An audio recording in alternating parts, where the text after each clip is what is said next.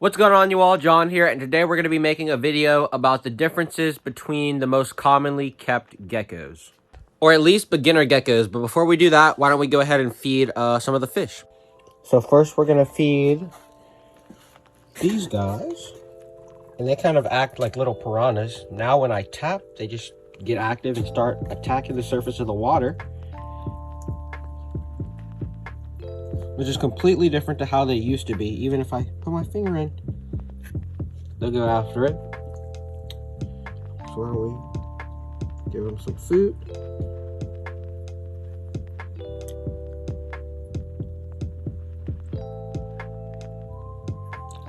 Now this tank doesn't only have those tetras, it also has some mollies, as I'm sure you can see kind of in the mix of them. It also has the betta fish that we removed from that tank due to the freeze. I have a video about that coming out.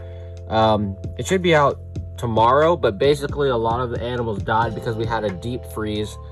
Not really a deep freeze, but it actually snowed after it warmed up here. So a couple of them did not make it, unfortunately.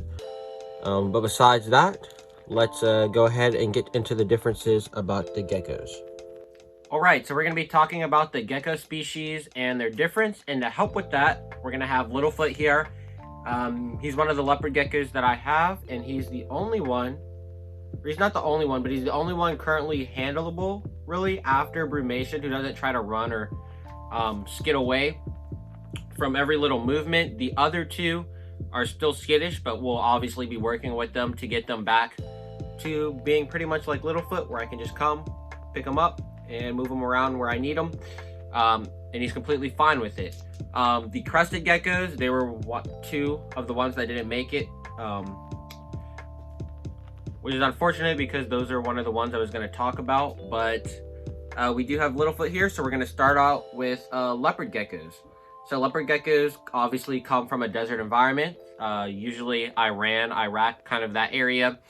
And so because of that, they are completely different than, let's say, your more traditional crested gecko, which are the top two gecko pets that people have. Obviously, there's day geckos, which kind of eat the similar stuff as them, but we'll get into that a little bit later. So leopard geckos are desert animals, so obviously they're going to need lower humidity than a crested gecko, which needs a bit higher humidity. These guys are also going to need a heat mat, whereas crested geckos won't. Now, you can get away with having a leopard gecko with no heat mat, depending on how hot where they're staying is, like the average temperature. So like if it's 80 degrees, just like ambient in your room or whatever, then obviously you're not going to need a heat mat, although I would still recommend one just to allow them to heat up their surroundings, to adjust their food a little bit better. Sorry, he's trying to eat.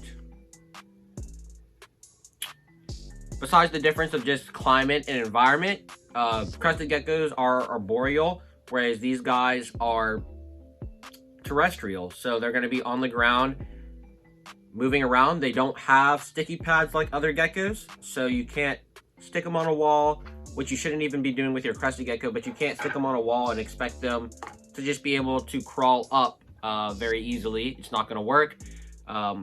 They have toes, which is vastly different. Another thing that's different about them is the fact that they have eyelids, which most geckos don't have. I'm trying to move that up the sand. They have eyelids, which most geckos don't. So they can actually blink and don't have to lick their eyes, although I have seen them do that anyway. And that's pretty much leopard geckos. They do regrow their tail, unlike crested geckos, who don't regrow their tail. And that's kind of the main differences, besides diet. But we'll get into diet a little later. So crested geckos, which I don't have, obviously. Unfortunately, I'll just throw a picture up. But they are an arboreal gecko from New Caledonia, unlike these guys. And they have a cooler climate. So normal house temperature, 70 to 80 is what you can keep them at. You don't need a heat mat, although you can use one. I had one on my female, and she did use it to warm herself up when she digested food. They're going to need higher humidity, like I was talking about. just because they are from kind of that tropical rainforest environment. Oh, did he get spooked again? Nope. There you go. He's back at it. They have toe pads, unlike leopard geckos, so they can actually climb on flat surfaces like your walls or your windows, if you just let them out and let them roam around from time to time. And then the other vast difference is their diet. So right here, I have some crested gecko food, which is what you're primarily going to be feeding them. Now, obviously, you need to be supplementing this with insects. They shouldn't be strictly on a diet of this prepared meals because it's not good for them to just be on this. They need protein in their diet, and that can be in the form of insects. I think they do have like protein powder that you can feed to your crested gecko, but I'm not too sure about how well that does. And obviously there's not really a supplement for live feeder insects. They don't have stuff like that for leopard geckos or whatnot. So I just stick to live insects. They're in a couple every week or so, and they should be good. Leopard geckos, on the other hand, are strictly insectivorous. Now when I say strictly, that means primarily, obviously cows are herbivorous, but they have been seen eating meat. So you can feed them other things if you want. Just do it on a rare basis.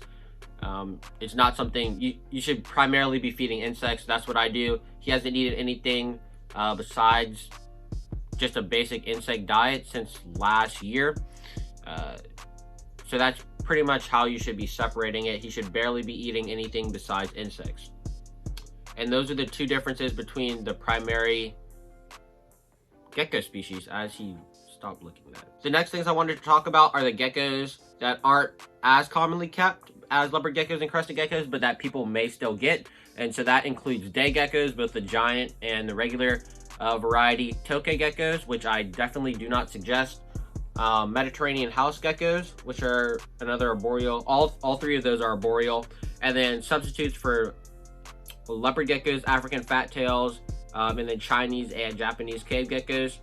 And it just depends on what you're looking for, kind of your environment. If you have a cooler environment that's more humid, maybe you'll get an African fat tail or a Chinese cave gecko, because pretty much your house or wherever you live is more adept at easily housing them compared to a leopard gecko. Or maybe you just want something a little bit different, but they have very similar care requirements. The African fat tail, Chinese, and Japanese cave gecko, strictly insectivorous. They're also ground dwelling geckos with eyelids. It's just that Japanese and Chinese cave geckos need to be kept a lot cooler and more humid. And then African fat tail geckos, they still need the heat, but they are a little more humid.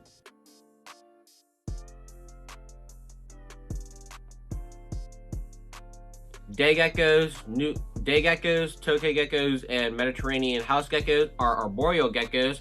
The tokay gecko is the largest, potentially one of the largest geckos. I think it's like the third or second largest, behind the Leachianus, as well as another one that potentially.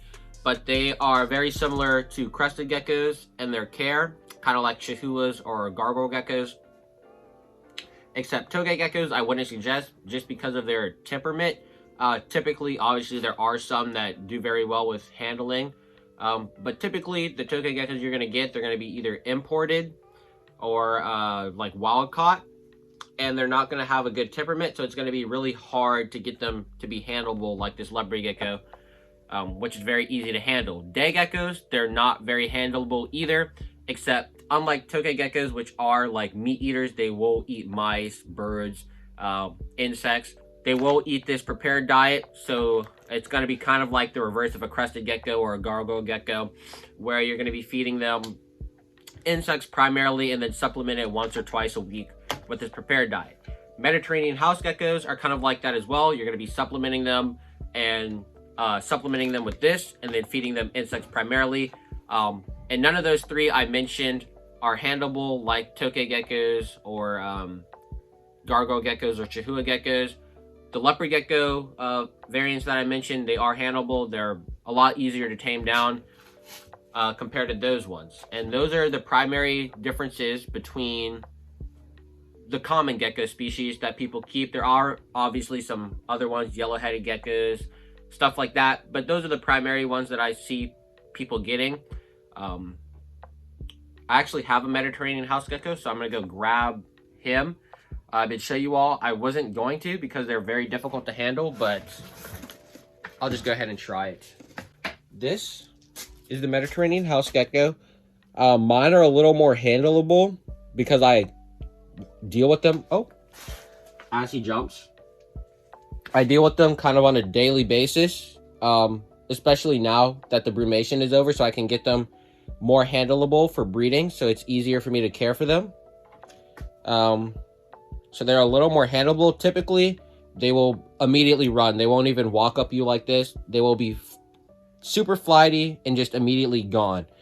But I can tell he's starting to get spooked. He's laboring or having labored breath, so I'm gonna go ahead and put him up. All right, you all, that was a short video basically going over the bare basics and minimum of the differences between those two kind of categories of geckos. Hope you all enjoyed, and if you liked it, I'll probably do like more of an in-depth video on the differences. Anyway, catch you all later. Peace.